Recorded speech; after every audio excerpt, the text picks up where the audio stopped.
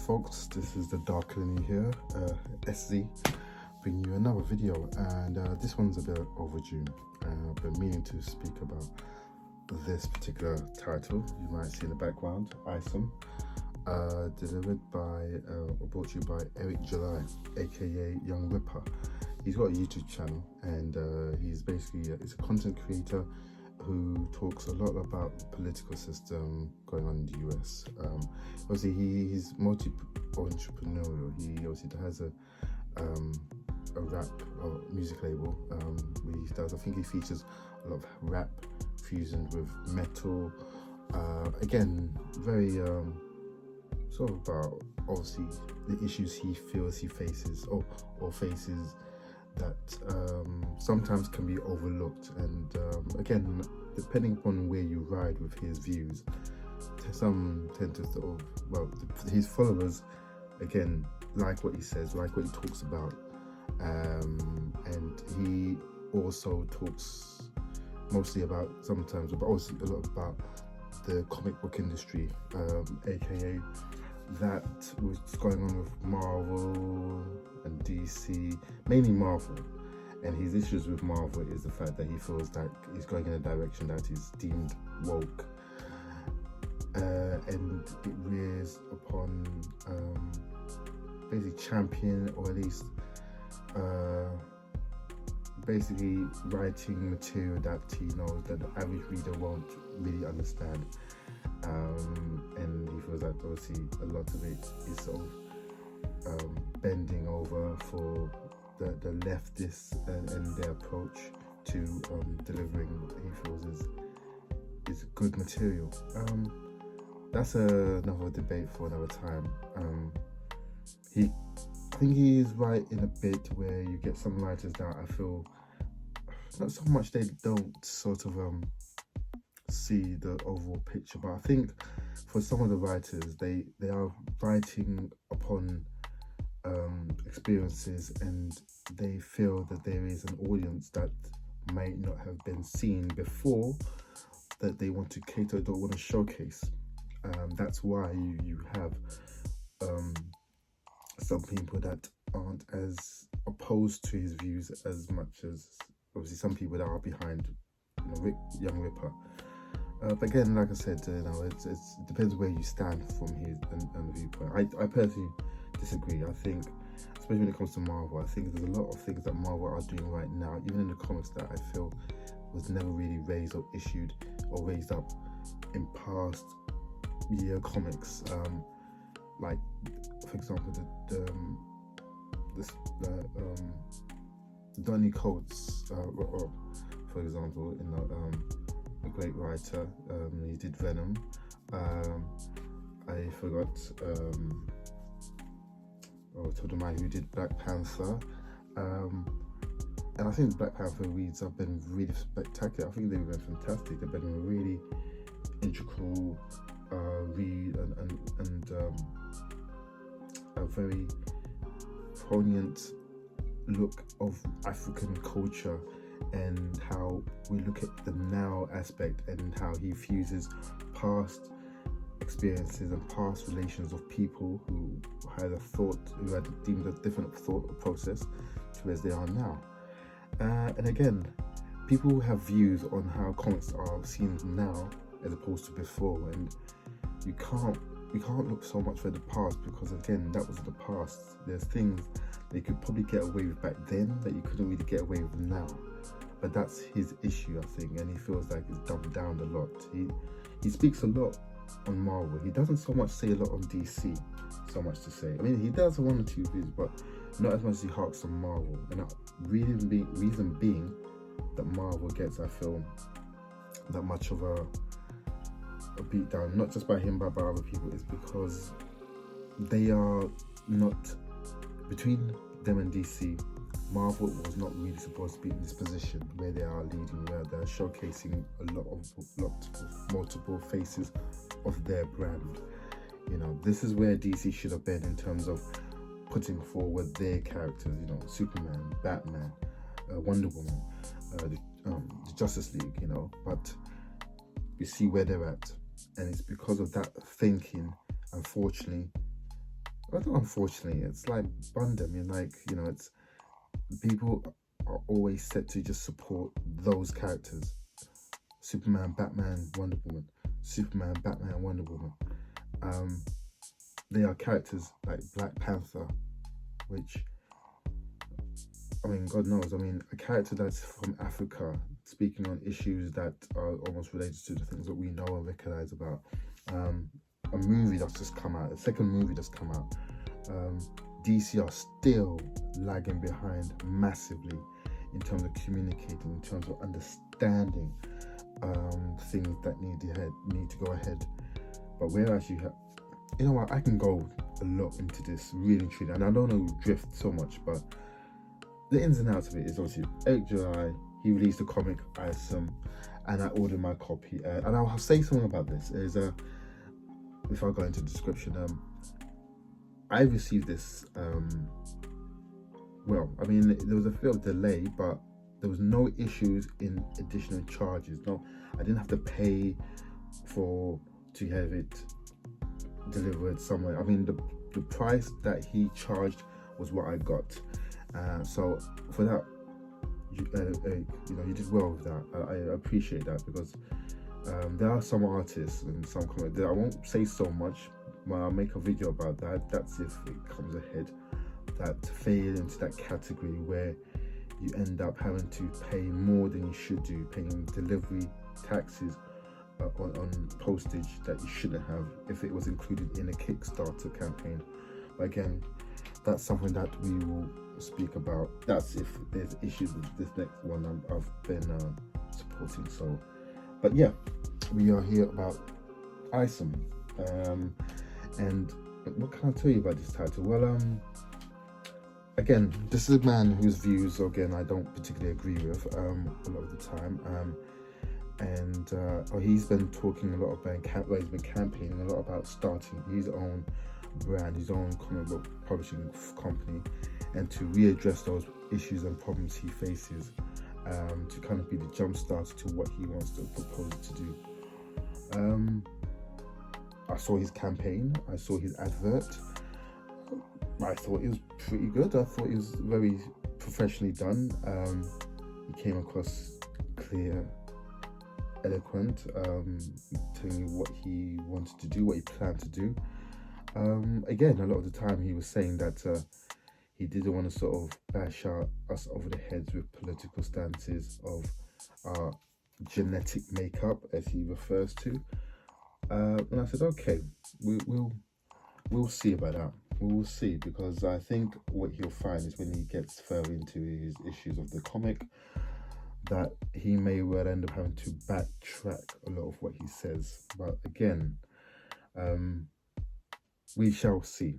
As for now, I've purchased this first issue of Isom, and it came well, came through the post very well. I was very happy about that. Arrived very nicely packaged. I read through it. To be honest, it took me a while to get through, because I wanted to get through it sooner, but I had so many things. Like, every time I kept coming back from work, I was tired and I was just shattered. So when I did get through to reading it, I had an open view. I wanted to have an open mind. I didn't want to really judge harshly. I didn't want to sort of think about what he stands for and how it would translate into the book, although I could see it doing that. So it was sometimes back and forth, but I thought, let me just read it for what it is, and I did. And I have to say, admittedly, it's not bad. It's, I think, for a standard setup, and I think what is basically, which you can obviously see, it's what he's trying to do. You don't get all the answers all in one book. You have to sort of get people invested and interested in what it is you want. I mean, first of all, obviously the color stands out. The cover, I love the cover, very nice. The inside of the artwork, good. It's nice that the fact that you get like a first issue book, and that he's not going so much about the specific pages of what you have to do for a particular reads, because I think sometimes you've got to look outside the box. You don't have to. He's not governed by anyone to tell him how many pages he should have for the first issue. He will use whatever he wants to in order to make sure he tells the appropriate story. Because again, you're releasing a book and you want to make sure that the first story hits with impact, that it brings in the consumer, that the customer and the client can actually look and say, yeah, I can see this. So yeah, ain't a bad read. So the story, generally speaking, is like it's a young girl missing, supposedly, or it's in. So it starts off with a guy called Avery who's on the front cover, and he's known as an excerpt, which is supposedly he's like maybe a mutant or such or so, and he's like an excerpt, which is an exceptional, I suppose, being.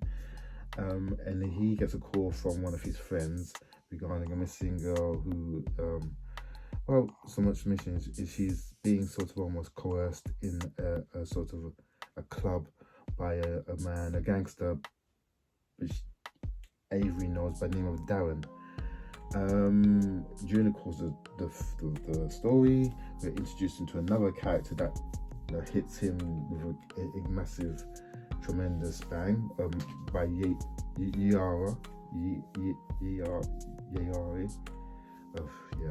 and obviously some members of another group of fractions of another story that I suppose we're going to get into called Alpha Core.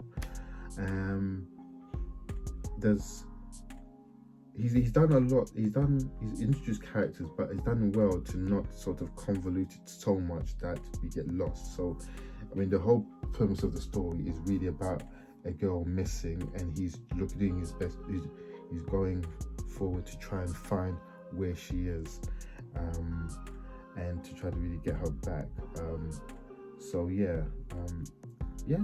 is good, written well. I mean, he wrote it, and the coloring is good, the story is good, the elements of it is really it's great. It's nicely set up.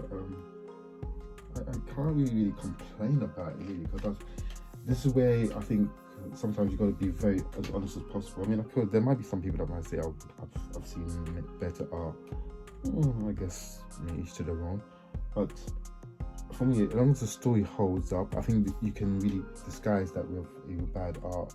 And sometimes vice versa. Sometimes if the writing isn't really up to scratch, but you've got phenomenal artwork, you can, because I've got a lot of favorite artists that I love, and I don't think so much of the writer, but it's the art I love. Yeah. Also, I've got to say, there's a cross on his wrist, on the character's waist. Now, is he supposed to be religious, or is he like a Christian or something? Because you did say, Mr. Young Eric, that I don't know if you are young, but you did say that you didn't want to put any sort of gender, bring any things of political or religious. I don't know if you said religious, but I think you didn't want to bring anything that would obviously coerce people to sort of mislead their own being of, or bring reality and fiction together, I think. And obviously, when you have a character that with a cross, immediately I'm thinking Christianity or being Catholic. I don't know if religion is going to be a faith. It's going to be played so much into the character, because these are things that you had said that you didn't want to bring worldwide issues into your comic. You wanted it to be as sort of inboxed as possible. We shall see. Story is relatively okay. I mean, it's not wow, but it does what it needs to do in order to set things up. Now, will I be purchasing number 2? We'll see. I mean, we'll see as things go. I mean, we'll see. It's hard up. It'll be interesting to see the numbers for issue number 2, whether he would hold up, because I believe the first he earned I think he asked for 175,000, if I'm mistaken. If I'm wrong, you can correct me down below, but he got reached to nearly at least $3,400,000, which is staggering. And none of the other outlets had covered this, which is, I think, is a bit of a shitty thing. You know, I mean, okay, you might not agree with his politics or his stance on certain ideals, this, that, the other, but the worst thing to ever do is to silence someone or to cancel them. And I don't believe in cancelling. I really don't. Everyone has the right to their opinion and views, no matter, even if you don't like them, even if you refuse to even acknowledge or feel like there's any meaning for them to be there. They need to be heard. You know, everyone needs to be heard. Everyone has the right to be heard. Not everyone's going to sing on the same hymn sheet, but at the same time, it's all about exchanging conversation, points of view, hearing the other person's what they need to say, and you never know. There might be something you'd agree on. There might be things you don't agree on. But no, I mean, like I said, it makes no sense to silence someone. So I would say I would give the first issue out of 10. I give it a 7. I give it a 7. It's solid. You know, it's not like, it's nothing spectacular, but it reads well. It makes sense. It's a story that's kind of like maybe adds a little curiosity into what to expect. Yeah. But the important thing is, you know, yeah, it did enough to sort of like it felt like an episode or like a film, like you're watching an episode or on TV. But yeah, you know, we shall see. You know, I don't know whether, like I said, I'll be in a rush to get the second one, but we'll see. We'll see how that plays out. But no, I wanted to get the first one because for one, I always like to, when I can, support good independent creators. If I see something I like, I will support it. I won't just support it for the sake of it. I'm not going to just, if a person is that colour, you know, I hate that whole guilt by association. No one should ever feel guilt into supporting anything regarding colour, you know, and I don't think that's what Eric intended for this one. But the people who supported him were the ones that I think, obviously you got comic book heads, but I think also you got some that really